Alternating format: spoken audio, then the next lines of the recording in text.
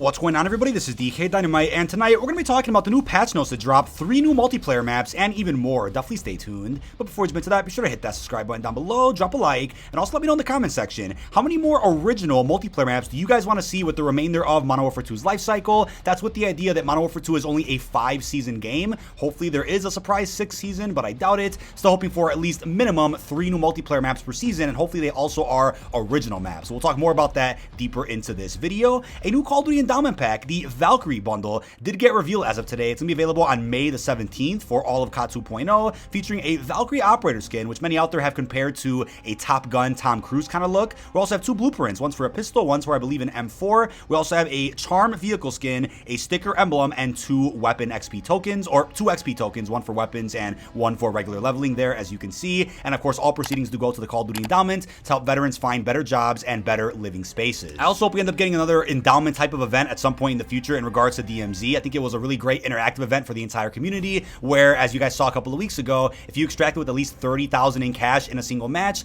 Activision will donate $1 on your behalf to the Call of Duty Endowment, and there was a cap for about $10 per person and a total cap of $1 million donated to the endowment fund itself. Today we also got the release of the Damascus Forge 2-pack. We have a Tempest Torrent and 74U blueprint there, and both of those come with blurple tracers, which is funny, so a bit of a blend of blue and purple there. We also have a vehicle skin, a Mjolnir hammer charm, which is great for those that were a fan of the recent Zeus pack that came out. If you guys want to go along and get some more mythological type of cosmetics, there you go. We also have a loading screen and even an emblem there. So for those that were a little bit upset about being able to buy a mastery camo from Modern Warfare 2019, you could do that yet again here with the second bundle. I know the first one that came out a couple of months ago was featuring a blueprint for the Chimera, one of my favorite weapons, but this, of course, featuring blueprints for 2 other weapons in the game. Let me know how you guys feel about being able to buy older mastery camos through 2,400 COD point bundles. Now, in terms of today's patch notes dropped by Infinity Ward, we do have the following for global. In terms of weapons, we have some balancing there for some of the handguns. First off, the GS Magna, and then of course the F-Tac Siege, our new fully automatic pistols here inside of Season 3 Reloaded. They fixed the close range armor damage, the minimum armor damage itself, and they also reduced armor damage for the other pistol there, as you can see. For the X13 Auto, close range headshot armor damage reduced, and they also made some adjustments for Warzone 2 exclusively.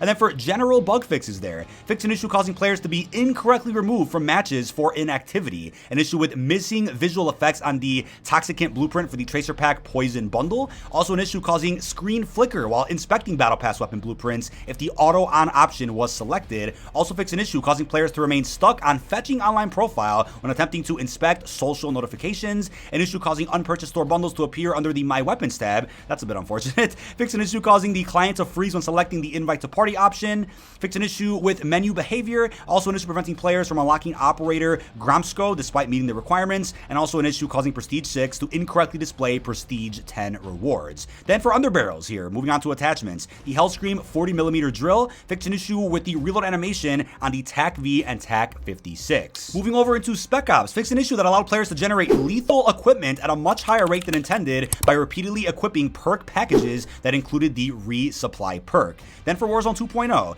an issue that allowed players to generate lethal equipment at a much higher rate than intended by repeatedly equipping perk packages that included the resupply perk. So something seriously went wrong with resupply here in this mid-season 3 update, and the one from Warzone was very unfortunate. Some guys out there were fighting fire with fire, and since they couldn't beat them, they ended up joining them, and there was a lot of really frustrating gameplay circling the internet from people using that unfortunate resupply exploit. Moving on to Battle Royale. For ranked play, fixed an issue causing eliminated squad members to receive SR for unassisted enemy eliminations by live squad members. Also an issue preventing assist from tracking properly in the in-game scoreboard. Then an issue that allowed players ineligible for ranked play to use the looking for party feature, and also an issue that allowed inactive players to remain in the match. Lastly, for DMZ, fixed an issue preventing the White Lotus faction mission to pick up one weapon in deployment from tracking properly. Also an issue causing dead dropping certain items such as heartbeat sensors to reward excessive cooldown reduction and XP. So people were definitely using that over the last couple of days. And lastly, fixed an issue that would return free-to-play players to the front menu when attempting to view the Crown Faction Missions tab. But moving on to a really spicy report there, as Infinity Ward went ahead and said in an interview with Dexerto, the final 3 maps for Modern Warfare 2 this year are more built for competitive. The quote is, as a fun side note, I'll probably get in trouble for this, but the last 3 maps of the year, we've kind of leaned into maps I think would play that style really well.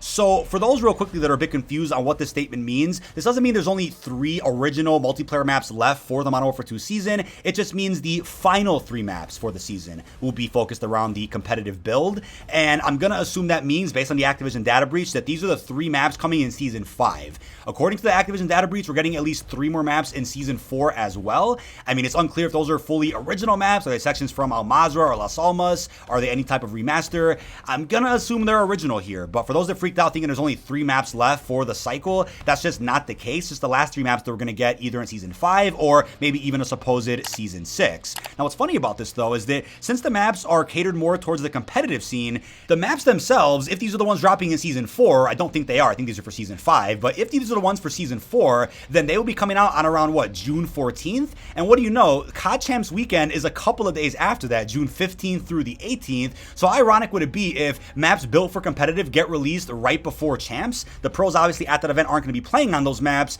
And if the CDL season is over right when these maps come out, then it's a bit redundant to release competitive focus maps when the competitive season is going to be over for Modern Warfare 2. Now, if they would have released more competitive focus maps during like Seasons 1, 2, or even 3 at the latest, then it would have been different, right? Some of the pros probably would have played it for some of their brackets. You would have saw them in ranked play, and it would have made a little bit more sense. But with the CDL season ending really soon, it's kind of crazy to think about that. And I'm going to say these are probably maps they're talking about for Season 5. So at that point, in what, August, September-ish, that's going to be way after the competitive season is over for Modern Warfare 2. So my point is, what's really the point in making them a bit more competitive based? I guess that's fine, but you guys might consider that a bit tone deaf from the studio for them to be doing that. I know I personally don't mind. I think competitive built maps are always fun to play on, at least in my opinion, but we'll just have to wait and see how these maps do play out and when they're actually going to be releasing, whether it's Season 4, 5, or 6. I mean, hey, there's totally a possibility there's only 3 maps left for the cycle. I highly doubt that, but if that's the case, then we'll be seeing these spread across Season 4 and even 5. Now, there's also a possibility, though, and this is something that nobody's really discussed all that much, that they end up reusing some of the competitive maps from Modern Warfare 2 inside of Modern Warfare 3 next year, with recent rumors that Sledgehammer's new Call of Duty was originally premium DLC for this game. They got turned into a separate Call of Duty. I wouldn't really be shocked if the competitive season looks very, very similar to the one we have right now, in which they end up either reusing some of the maps we've already played on, or start using maps that are built for the competitive scene that get released in like Season 5 or even a 6 of Modern Warfare 2. It's totally plausible to see that, and I think with that being said, that would further align the fact that, yeah, Modern Warfare 3, or whatever that game is, really just is Modern Warfare 2.5, or this grand expansion to a game that just happens to cost $70. And I think it also makes you wonder, right, if you look at other rumors about COD 2023, if that game's multiplayer is full of just remastered maps or a bunch of original sections that are pulled from Las Almas, though, which we kind of already saw in this game, then what would the competitive scene look like? I think, hey, if they're building some competitive maps this summer, they might as well just use some of those for the next game. If there is some type of transfer with content, we'll just have to wait and see. But there obviously are a bunch of maps from the past, you know, the original Modern Warfare 2 and 3 that they can use for the competitive scene, like we saw almost 10 years ago. But I wouldn't be shocked if they use some maps from Modern Warfare 2 2022 as well. Now, speaking of maps, though, Infinity Ward also said in that same interview that the Shipment map, released first with COD 4 in 2007, was never supposed to be released. It was an internal playtest map that was accidentally left in the game with COD 4. As the statement says, that was supposed to be a split-screen map back when that was a thing. We had just had it in internal playtest on the playlist script. Our multiplayer lead at the time, when we went live, forgot to pull it out, and there was no going back. That was truly an accident. And what do you know? All these years later, Shipment is still very, very popular and gets requested in nearly every single COD to be brought back. So you never know when a little happy accident like that will lead to years and years of memories for an entire gaming community. That's just my opinion there. You guys might not like Shipment all that much, but it's certainly one of the best maps for camel grinding or even just some regular sweating to level up your weapons. But another statement that came out from that same interview is that they created the Santa Sena border crossing map for a reason. So as they said, map-wise, we try to have a balance between experimental maps and more competitive maps. Not all of them are super sweaty, balanced ones. There's ones where, hey, it'd be really cool to fight over a border crossing, and I know that map's not super popular in certain groups, but we like to keep it fun, and it's really neat to move through those cars, channeling Sicario. So we try to keep it fun and switch it up, but there's a balance. And yeah, I mean, there's a balance, but it's unfortunate when you see that map super commonly in some of your multiplayer rotations over other maps that you actually want to play. It just gets frustrating. But that map has not been received though at all this year, which is hilarious, but has become a bit of a meme at this point. But that is about it. This has been dkdynamite. Leave our thoughts down below in the comment section. What are your thoughts on the brand new patch notes that dropped? How are you feeling about the last 3 multiplayer maps of the season being competitive focus and everything else we discussed? Really hope you've enjoyed, and peace out, everybody.